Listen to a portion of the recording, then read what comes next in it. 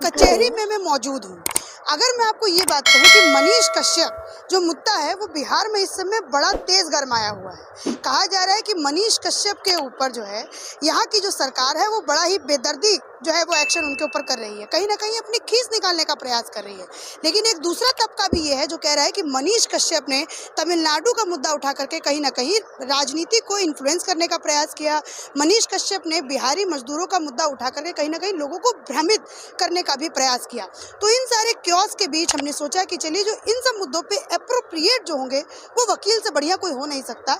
इन लोगों के पास हम लोग आए हैं, सारा मुद्दा समझेंगे कि मनीष कश्यप आखिर जेल क्यों गए, आखिर मनीष कश्यप पे इतने बड़े बड़े जो इल्ज़ाम लग रहे हैं उनका कितना जो है पुख्ता सबूत जो है सरकार को मिला, उसके बाद जो है ये पूरा इल्ज़ाम लगाया गया है। तो अपनी बातों पर मैं विराम लगाती हूँ और सीधा मैं आपको यहाँ के जो आपके कहीं वकील हैं उनसे जुड़ाने का कहीं ना कहीं प्रयास करती हूँ। आपका नाम? मेरा नाम राजीव कुमार द्विवेदी है। पप्पू दुबे के नाम से लोग मुझे जानते हैं। मैं बिहार स्टेट बार काउंसिल का सदस्य हूँ, यहाँ का महासचिव रह चुका हूँ, यहीं पे प्रैक्टिस करता हूँ। यहाँ पे आप प्रैक्टिस करते हैं। अभी एक मुद्दा है मनीष कश्यप जी का मुद्दा। पहले तो आप कानूनी रूप से इसको कैसे देखें? देखिए, कानूनी रूप से तो हम लोग को जो लगता है, जो स्थिति बनी है मनीष कश्यप जी के मामले में, थोड़ा हेस्ट हुआ है। पुलिस ने हेस्ट में काम किया है। हम लोग का ये कहना है कि पुलिस को इस मामले को तक पहुँच करके जो लोग भी देखा जाए, कोई गलत का कोई साथ नहीं देगा। अगर कोई गलत किया है दे शुड बी पनिश्ड। लेकिन जिस रूप में इसको किया गया है वो कहीं ना कहीं पुलिस को कटघरे में खड़ा करता है। बिहार पुलिस कटघरे में खड़े होती है मनीष कश्यप के? पुलिस ने हॉट टेस्ट में सारी चीज़ों को किया है। पुलिस ने हॉट टेस्ट में सारी चीज़ों को किया है, बहुत जल्दीबाजी दिखाई है और अब प्रूफ उनके पास क्या है नहीं है। लेकिन जो सेक्शंस वगैरह जो लगे हुए हैं एफआईआर में, उसको भी हम लोगों ने देखा है।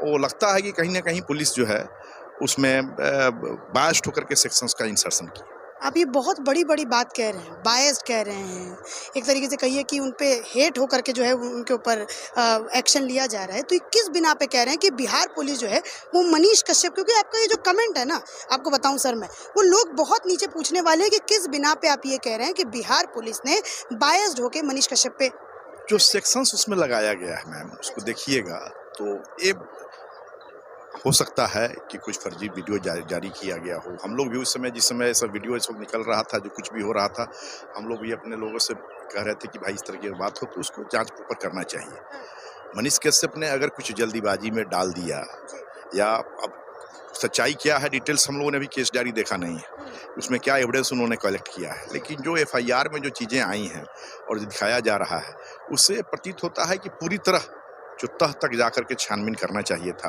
वो स्पष्टता भी नहीं आया है। अब तो केस डायरी के आने के बाद पता लगे। आपसे अगर मैं पूछूं तो आपको भी ऐसा लगता है कि बायस्ड होके मनीष कश्यप? हाँ, कुछ मैंने जल्दीबाजी में उन्होंने ऐसा कदम उठाया है। आखिर क्यों? अब तो ये हो सकता है कहीं राजनीतिक राजनीतिक एंगल नहीं है इसमें। देखिए, इसमें तो आप लोग राजनीति को जबरदस्ती घुसा रहे हैं, बार बार इस पे लोग राजनीति को घुसा रहे हैं। राजनीति कहीं नहीं है। पुलिस जो कुछ भी कर रही है, पुलिस अपने स्तर से कर रही है। राजनीतिक देखा जाए इसमें हम यहाँ पे कहना चाहेंगे कि हमारे भावी मुख्यमंत्री, जो हमारे अभी वर्तमान मुख्यमंत्री हैं तेजस्वी जी, या भावी मुख्यमंत्री तेजस्वी जी हैं, उनके नामों को भी लोग उछाल रहे हैं। लेकिन एक गलत प्रवृत्ति है। तेजस्वी जी के पास न गृह विभाग है, ना पुलिस उनके कंट्रोल में है। उन्होंने कभी नहीं कहा कि आप केस रजिस्टर्ड कीजिए। एक स्टेटमेंट उन्होंने दिया था और उन्होंने भी यही कहा था कि इसकी जांच हो। उन्होंने कहीं नहीं कहा था कि इसकी जांच नहीं हो।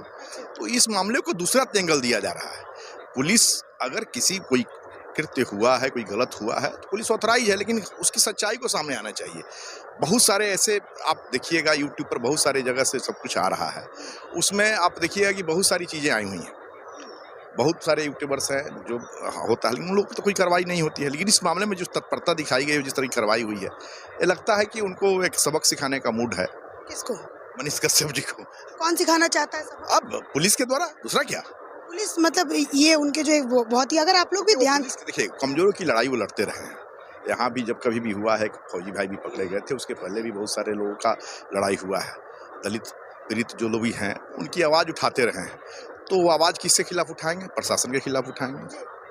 वो किसी पॉलिटिकल पार्टी के खिलाफ आवाज़ नहीं उठाए थे, वो किसी खास व्यक्ति के खिलाफ आवाज़ नहीं उठाए थे। बाद में जो इसका